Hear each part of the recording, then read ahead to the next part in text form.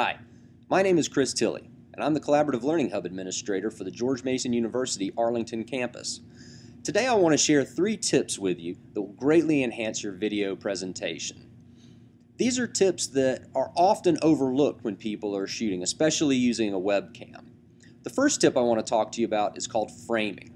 Now this shot is a bad example of framing. There's a whole lot of distance between the top of my head and the top of the screen. We've also got this light here. How do we correct this? Simple. We're going to move the camera. Now I've got the camera at eye level. There's just a little bit of room between the top of my head and the top of the screen. And let's say that this is about the middle of the screen. You want your eyes to be over the middle of the screen. So this is an example of good framing.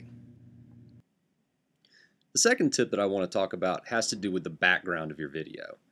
Now, some people might play it safe and just have a white wall, but I think that it's really boring and it doesn't look good. Somehow it's actually more distracting than having something in the background.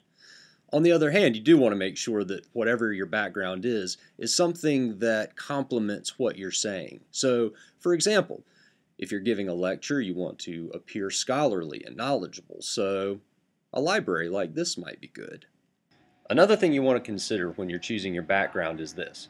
Don't have a window in the background. It creates a silhouette effect, and that way people won't be able to see you as well. The third tip that I want to talk to you about is very important.